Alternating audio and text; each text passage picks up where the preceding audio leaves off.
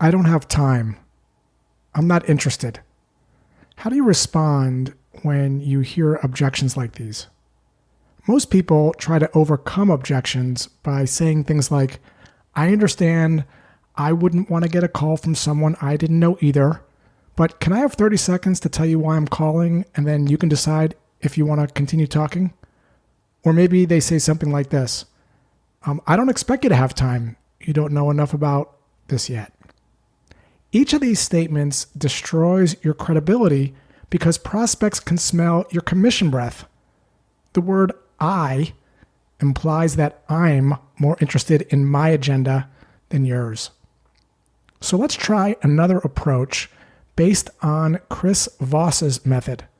Chris is a former hostage negotiator for the FBI and author of Never Split the Difference. Step 1, set your intent. Detach from the outcome. It's okay if your prospect wants to continue talking, but it's also okay if they don't. Drop the assumptions and maintain an open mind that how they're getting the job done today might be fine.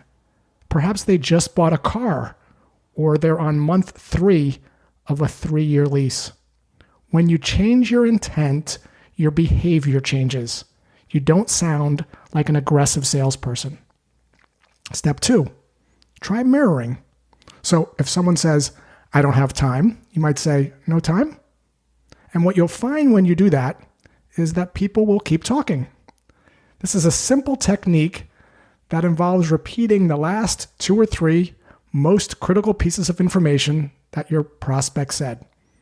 It might sound like a very silly technique, and honestly, I thought it was at first too, but you'll find that when you do it, even in your personal life, people will give you more information. And so it gets back to allowing people to feel heard. Everybody has the hunger to be heard.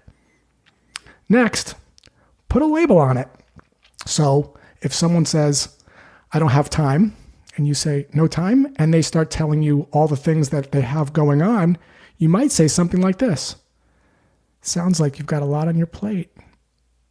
And notice the tonality there. Chris Voss calls this a late night FM DJ voice. It's a very low, calm tone. Labeling describes what the other person is feeling. This gets back to recognizing the importance of emotions on a cold call. It actually builds rapport with your counterpart because it demonstrates that you're actually listening and trying to understand rather than to overcome. And everybody wants to feel listened to. Next, try an accusation audit. So if someone says, I'm not interested after your pitch, you might say, sounds like I just butchered this pitch. And then be quiet. Or you might say, you probably think I'm going to pressure you into buying something you don't need. And then again, be quiet. Chris Voss says that labeling negatives diffuses negatives, and I couldn't agree more. Objection diffusing rather than objection handling. When you try to change minds and explain, it rarely gets you anywhere because it signals that you're focused on your best interests, not your prospects. Don't explain. Give your prospects a chance to explain themselves instead.